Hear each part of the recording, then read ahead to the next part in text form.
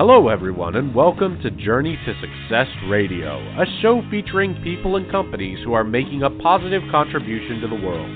This show will help you learn how to apply success principles in every area of your life so that you can make the most out of your skills and talents and accomplish more of your goals. To find out more about the show, please visit www.journeytosuccessradio.com.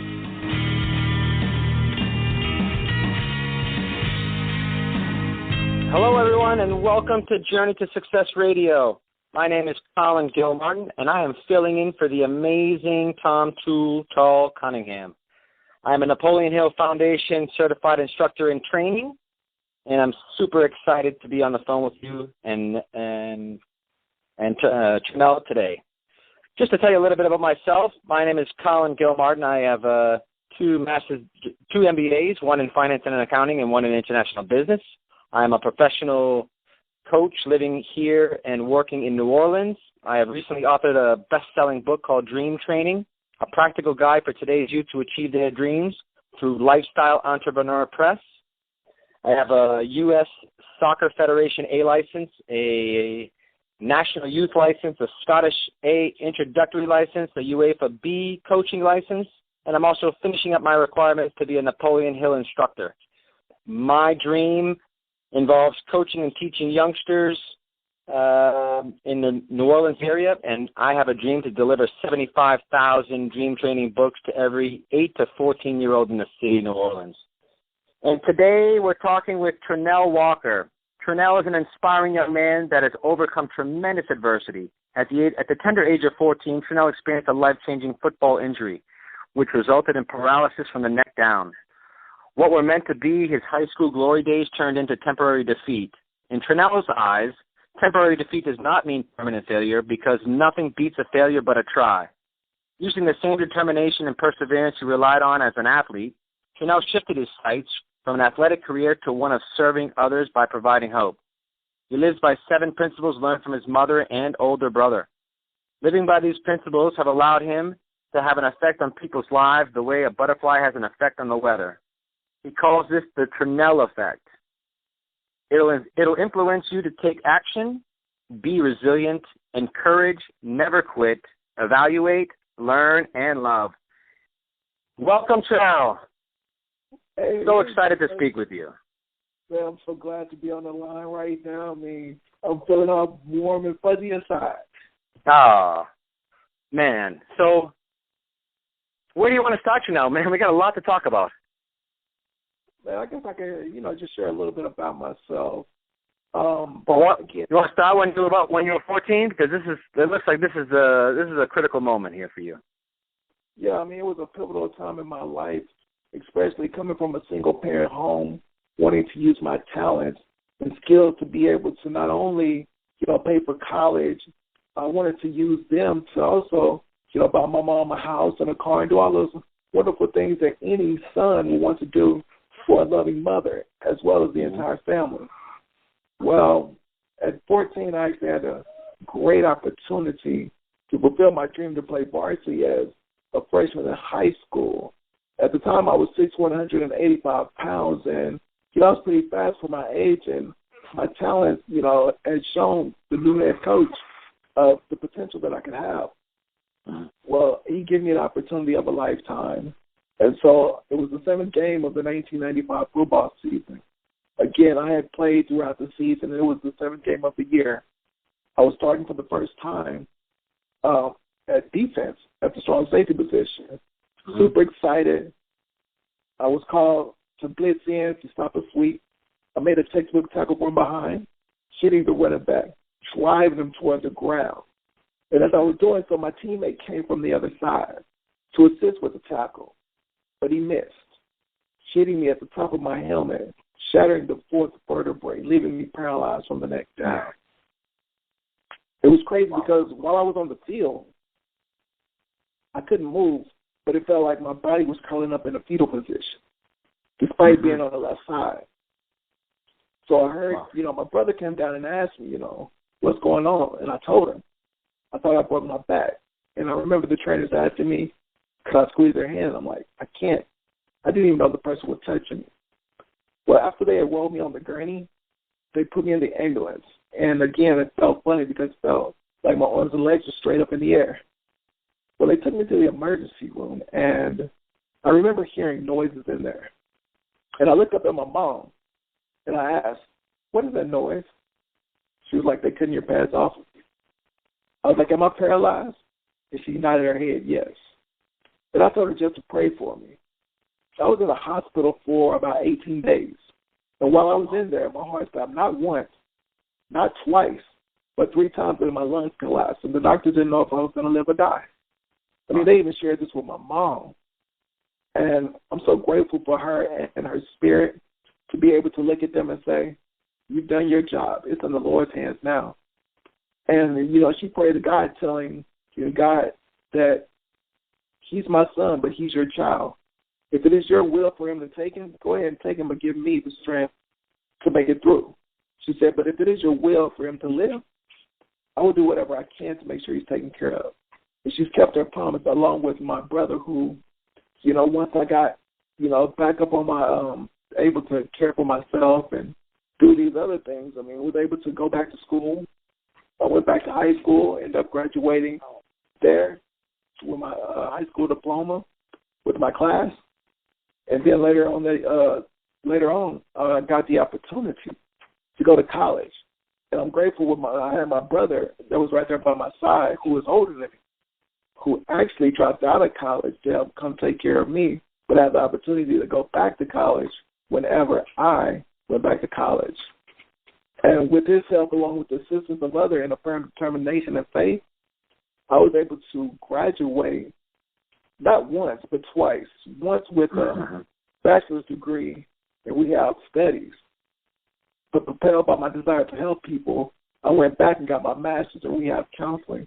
So I'm a certified rehabilitation counselor, which has been incredible for me to be able to take 2 steps back in order to make a great comeback. That's amazing. So tell me, Trenell. So you go back to school, and then you graduate. You finish high school, and then you decide. What was the determining factor on what you wanted to go to college for? Because you were injured when you were 14. You graduate when you're 18ish.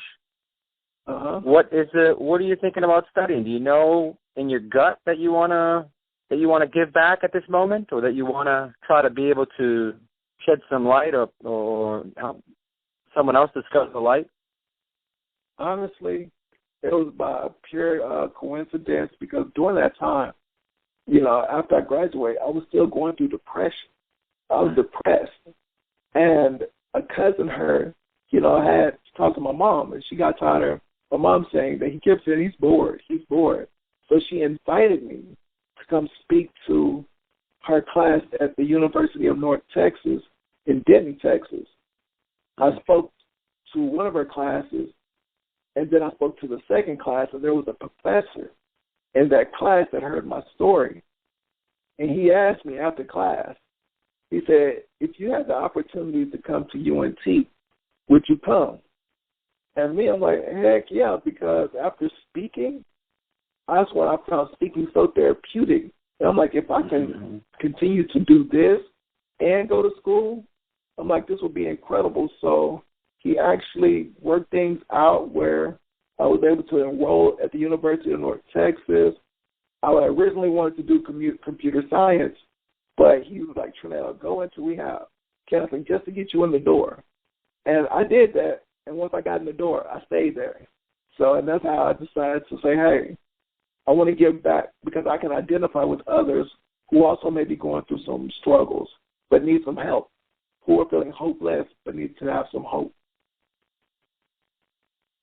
And that's where it's all started right there. That's a great story. So do you think that that's when you started to see a little more hope in your own life and a little less depression? When did the depression start to wane?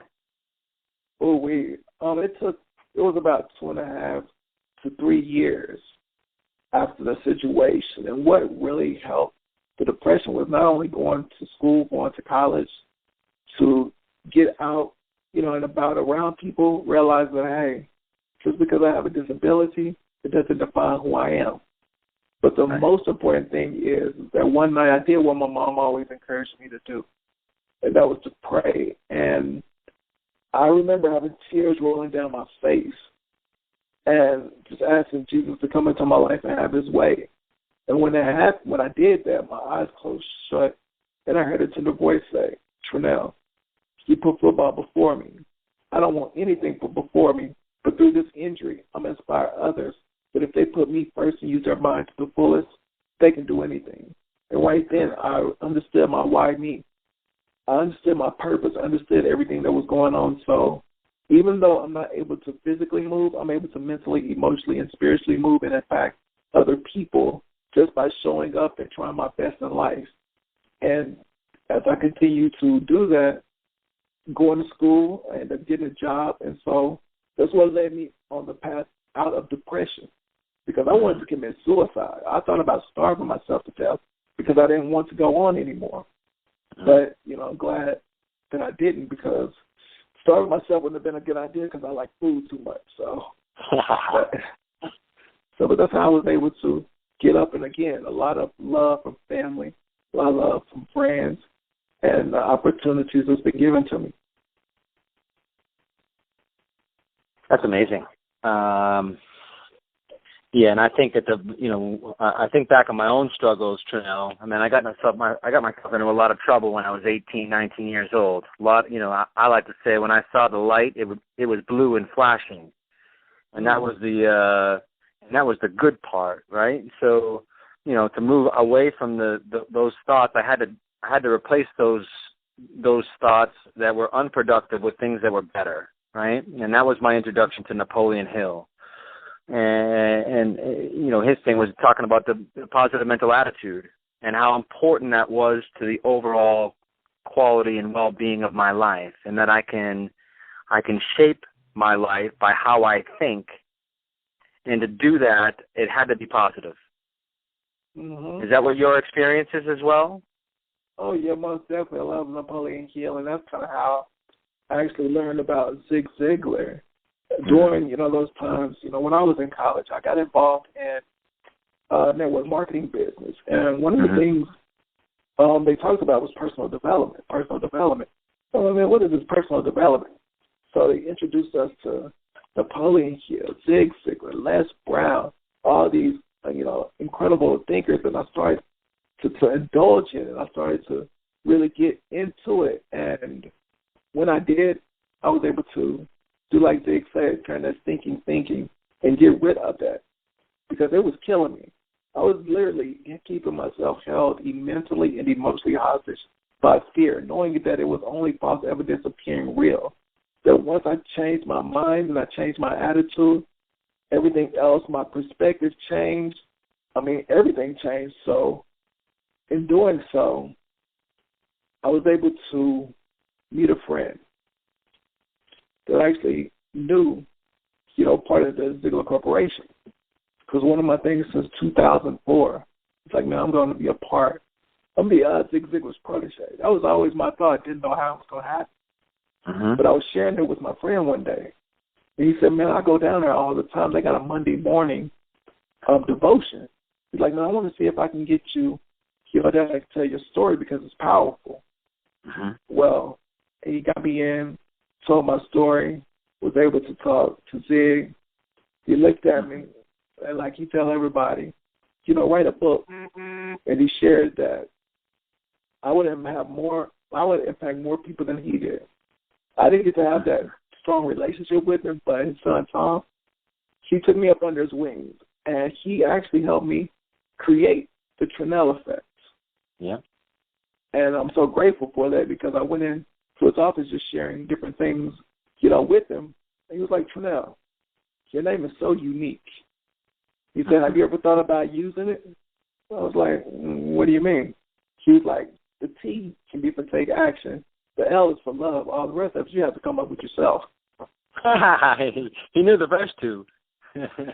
Yeah, so, I was able to come up with the rest of it, and that's how I ended up not only coming up with the Trenell effect, but I looked at it like all these things that I've been living by are principles that I've learned from my mother and my brother throughout these years.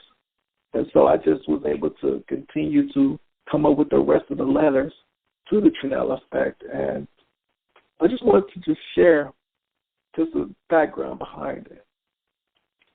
Growing up, my mom was a single parent, so she always worked. And she did her best to make sure my brother and I, along with my grandma, was taken care of, despite, being a single mom. So I learned from an early age the importance of taking action, because I know that proper action can lead to satisfaction, because she never wanted anything or anybody to depend on. I mean, even when there was times when the bills were cut off, but her hard work and resilience, made sure they were back on. And she always encouraged my brother and I to always do our best at whatever we did. Mm-hmm. And my brother, being the oldest one, he, was instrumental, and his favorite sport was football. So naturally it became mine too. And we used to play this game called Up the Middle, where he would get like a sock or shoe and spread them 5 feet apart. And he would represent the defense, and I would be the running back. And I would have to get around him to score a touchdown without running outside those cones. It was like David versus Goliath. Hey, you know how that story turned out.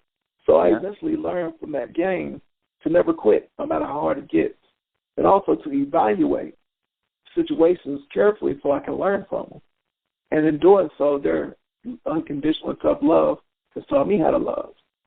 So, and I was like, that's the Trenell effect right there. The T in my name stands for take action, because proper action leads to satisfaction. The R is for resilience. Be resilient, because 2 steps back can lead to a great comeback. The E, encourage. Encourage in order to help one flourish. N, never quit. This, if possible, is the type of person who will never quit. The E, evaluate. Evaluation can lead to your destination. The L is for learn, because when you learn, you earn respect for yourself, others, and you earn money. And the last L is for love, because love is truly a gift from above. Mm-hmm. And I want to encourage everyone, including yourself, Colin, that you have an effect. Because whether you realize it or not, you are having an effect on those around you. Yeah, and everyone person that you come into contact has the opportunity to kind of come away with, they come away feeling that from you, don't they, Trenell? Yes, and it's funny because I didn't realize the impact of it until people share it with me. And I speak, and I share the Trenell effect. And it'd be years down the road since I've actually seen that person. And they always remember the Trenell effect. And I'm like, wow. I'm grateful that God has been able to use me to inspire you to grow and to have an effect. So how did you get So tell me about the Ziglar family. When you first started out, what were the similarities? What were the differences in what you were kind of discovering on your own about personal growth, and then jumping into a legend like the Ziglar family? What were you thinking? What was going on in your mindset at that time? Oh, that's an awesome question. Again, at that time, when I initially got introduced to it, everything was so new. And it was good to be able to hear positive things. The difference is from hearing and being part of a family who's going to take you in and actually mentor me. And that was the difference. I could listen to it all day long. But when I got involved into the family and Tom became my mentor, he was able to coach me and teach me in ways that a book can never do. Mm-hmm. And he showed me some things, that I didn't necessarily see at first. And I'm grateful for that. I mean, even the opportunity to be a life coach. I live the Ziglar principles in my life, and I can help coach somebody else. I can help train somebody else these things. So it's one thing, to be able to hear it and read it. It's another thing to actually receive it and love from the person who actually came up with it and continues to live it, and who's willing to have a big heart to mentor me. at no cost. Mm-hmm. Well, think back onto your life, and I'll think back onto mine in the beginning years. And I spent a lot of time coaching young kids, just young kids, 6, 7, 8-year-olds, 10, up to 14, 15-year-olds. So really young kids. And I'm thinking, as I go to the soccer field, and I've asked the young kids that I've coached, how many of them have a mentor? And when you think about it, I think back to, to those times, 8 to 14 years old, and how important is it to have someone of influence? You were talking about your brother, but how important is it to have someone outside of the family unit that can be able to share really good ideas with you to be able to go to do the thing that you want to do? What do you think? Oh, it's extremely important because, family can only tell you so much. Because it's based off their experience. They can only teach you what they know. Right. People outside of you know a little bit more than you do because their experience is different. So they're able to have a different perspective. So when, like, coaches and people would come into my life and tell me certain things, and then those certain things come to life and I end up seeing them, I'm so grateful for them because I grew up without a dad. I grew up, not really knowing the ways of a man.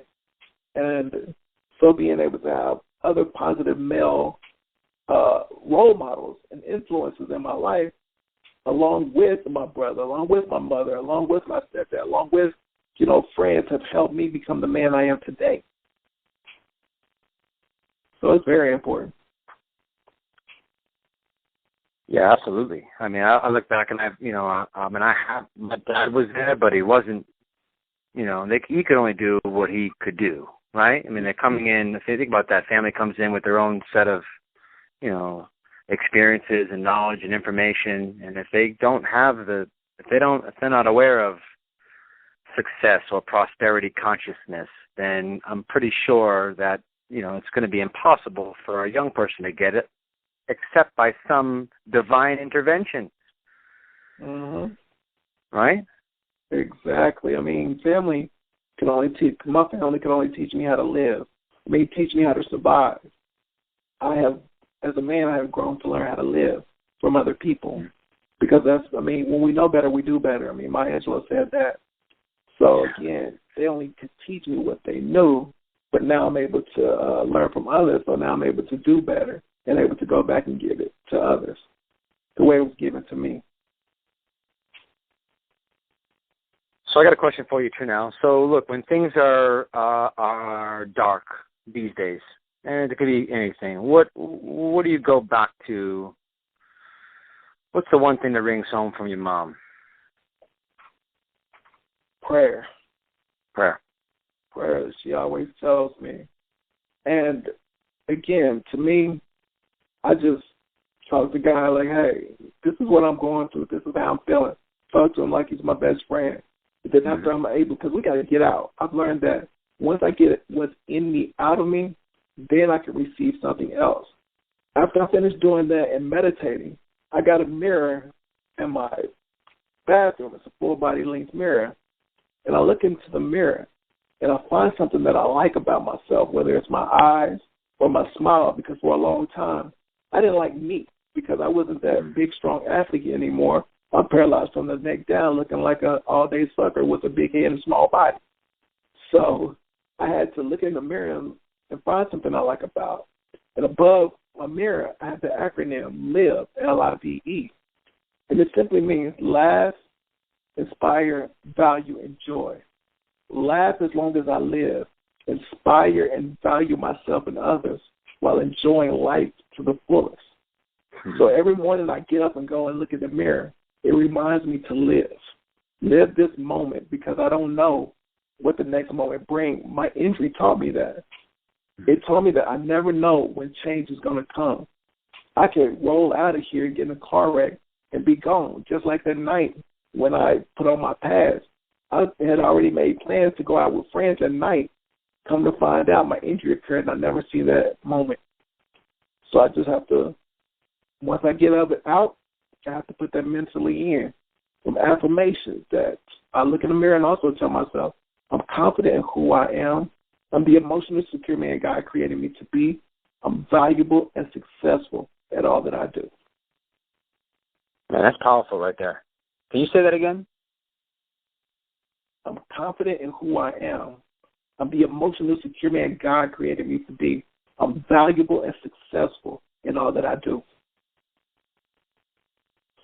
That's really good. And that's one of the things that I've been paying particular attention to these days is the building of self-confidence. Mm-hmm. And I was thinking about this when I was going to yoga the other day, and I was just looking back, I just took a snapshot of my life up until this moment. And I was thinking to myself that I had to have belief from other people in myself to be able to do the thing that I was doing, whatever it was. And then if there was no belief, there was no success on my end. And I was like, man, that's not the way it's supposed to be. But that's how I felt. And I'm trying to look at this thing and say, man, I've got to learn to fly from the inside. And it has to start like that. And studying Napoleon Hill and hearing how he had talked about, and this was a conversation he had with Andrew Carnegie, how important affirmation was in their life, and how I can rebuild my character, I can remake my self-image through this simple process of having a conversation with myself, my higher self, that it's time to show up and it's time to take action. Mm-hmm. And I was like, whoa, that's heavy duty. Mm-hmm. And I think back for Napoleon Hill to put this as the second chapter in the law of success, the building or the developing of self-confidence, how important it must have been for him, to spend 25 years of his life researching this philosophy of personal achievement. Mm-hmm. And I was like, man, wow. And then just taking a little bit of a look at my own life and saying, man, when I'm not that confident, how willing am I to step out and do the thing I have to do? Man, it's almost impossible. Exactly. And I've learned that the most important person that's going to talk to you all day long is you. Right. Life and death is in the power of the tongue. So if you're talking bad about yourself all day long, you're going to feel bad about yourself all day long.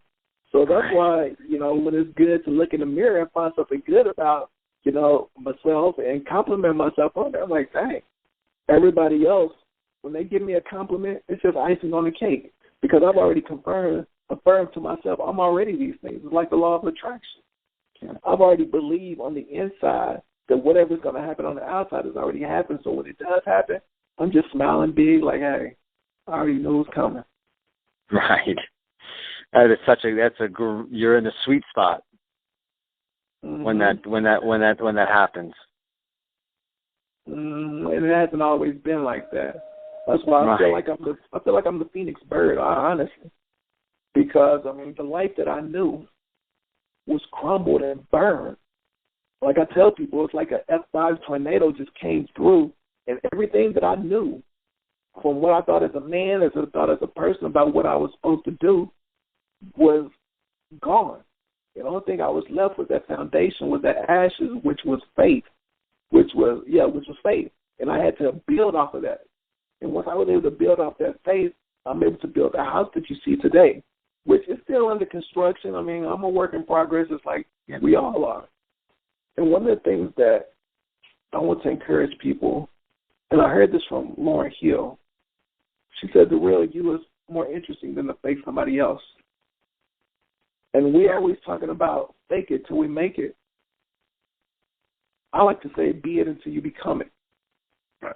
Because if you fake it till you make it, you're going to always be fake. Mm-hmm. And I used to do that. That's what helped me get through. I'm like, now I'm going to fake it till I make it. And then when I looked in the mirror, I'm like, I'm faking it to everybody else, but I'm dying on the inside. I'm smiling on the outside, but I'm dying on the inside. So I'm going to be on the inside what I want to become on the outside. So be it until you become it. Right, and that's the real part of it here. And I think somewhere along the line we got that fake it till you make it thing. I think it just sounded good, but it doesn't get at the core.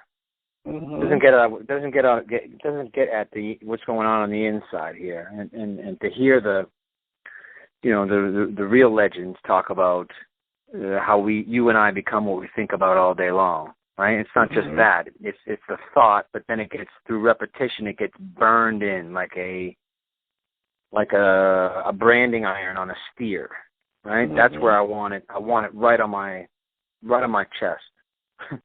And that's when I know that it becomes different, right? I mean, Bob, the guy that I studied with, Bob Proctor, obviously, in the same realm as Zig, talked about this thing. If I want to change my self-image, it's got to start with a picture that I think, and then I create it, and then through repetition of thought, through repetition of taking action, through repetition of being that person, So when you said be on the inside for the person I want to be on the outside, that's I think I just butchered your statement, Trenell, but that's you're right on with that. Yeah, it's a tough lesson that everybody has to learn because, again, I'm still growing and learning, and I have my depressed moments. One of the things I have learned is that emotions, buried emotions, are not dead emotions.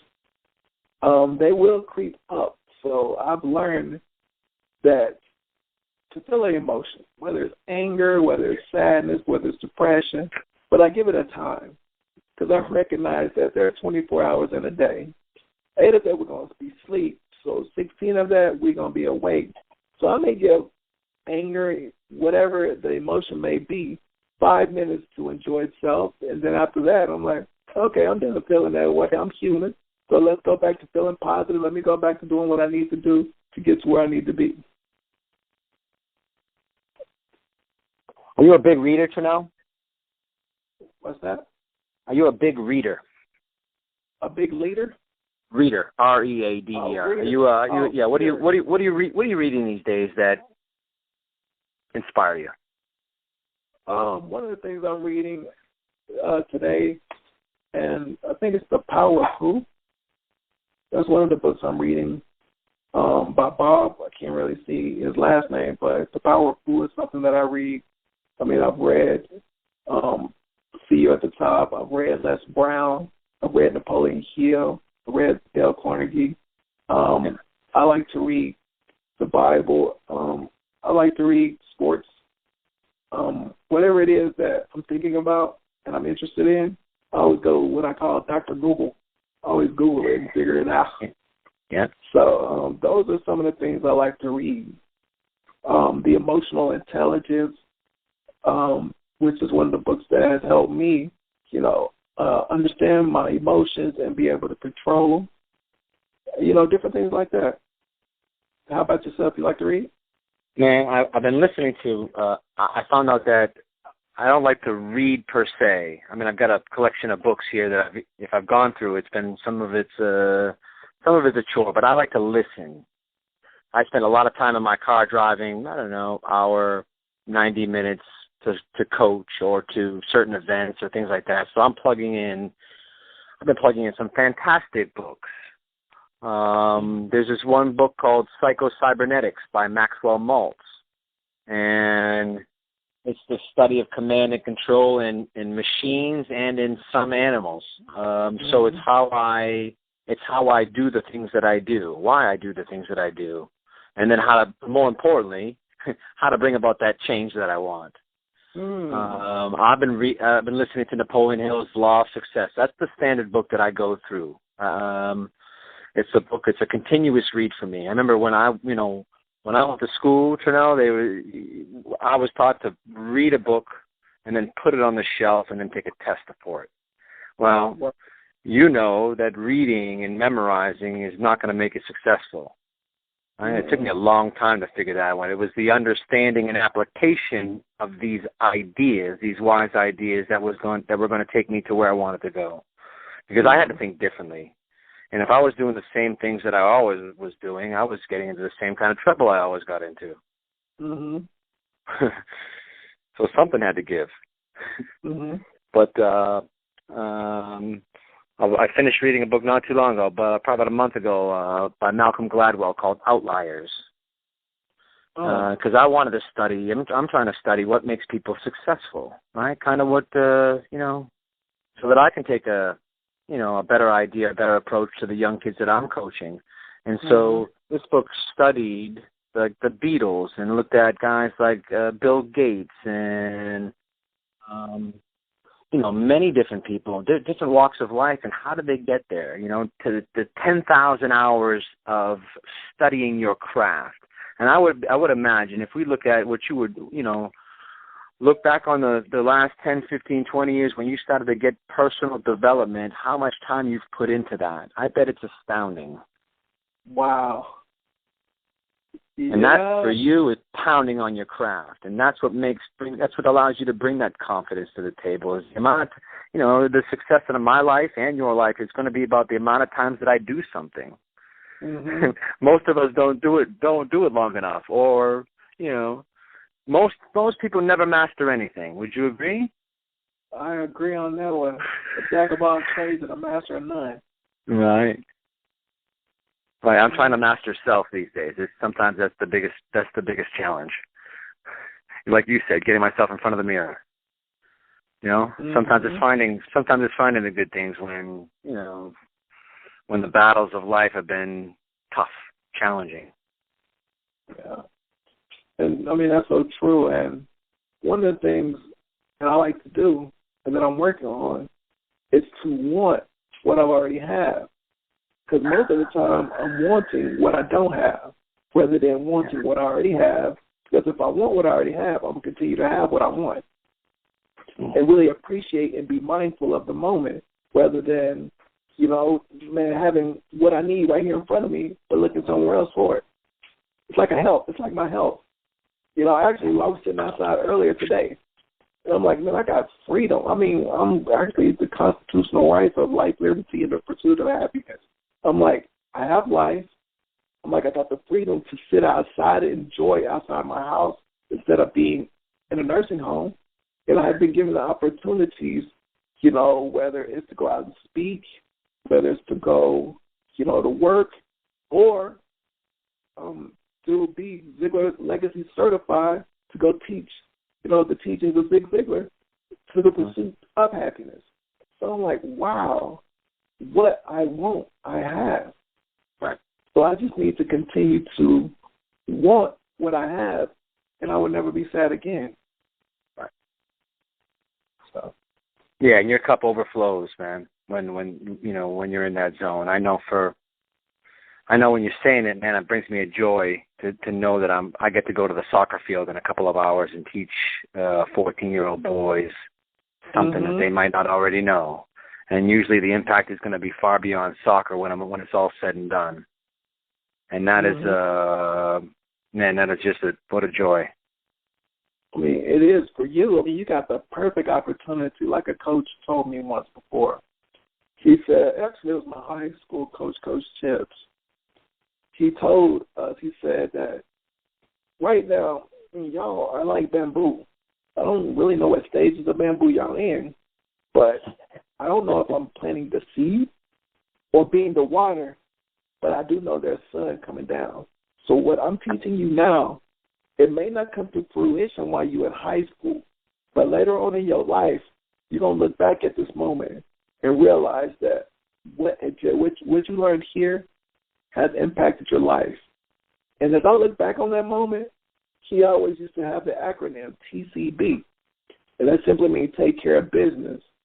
And that was whether it was on the field or in the classroom. And I've taken that, with me even in my adult life. That when I'm doing something, I got to take care of business. Because if not, the business ain't going to get taken care of. So, again, I mean, you're in an incredible opportunity with these kids when you go out there to pour into them. You may be planting the seed or you may be there watering, but there will come a time when whatever it is comes to fruition, they're going to look back at you and appreciate you more than anything. Totally agree. So tell me, what are you most excited about these days, Trenell? Oh, well, life right now.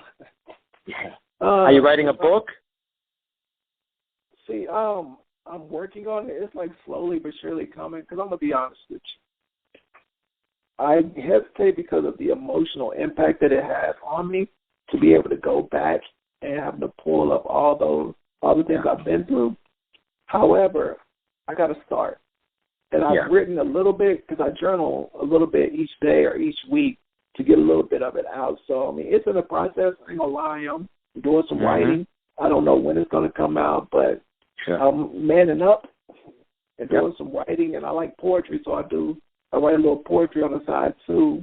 But my thing I'm really excited about now is having the opportunity to go out there and teach the Ziglar legacy as a certified trainer. I'm actually getting to do that on September 20th at my church. And then I will be the trainer on my job, training the mid-level managers as well as team members, how to become a better you, building winning relationships, and goal setting. So I'm super excited about that. That's awesome. That is incredible. So when is it? When is that again? And you're doing this where? In Texas? Yeah, I'm doing it in Texas. I'm in Sherman, Texas right now. That's where I was living at. But, you give me a call and we make some arrangements. I'm right. I'd like to put that out to people. Anybody in the Texas area, the Sherman area that wants to get a hold of the Ziglar legacy training, I want to help send that. I want to put a shout out to Trenell and your course that you're going to be doing. Oh, yeah, it's incredible. I'm telling you, it's life-changing. I've gone through it myself, and it's incredible. That's all I can say. It's going to be phenomenal. That's awesome. And how can our listeners learn a little bit more about you, Trenell? Can they find you on Facebook? Can they find you on your website? Where can we find out a little bit more about Trenell Walker? Yeah, you can actually go to my Facebook. You can type in Trenell Walker. That's Trenell Walker, and send me a friend request, and I will look at. You can contact me that way, as well as www.ziglarcertified.com/Trenell Walker.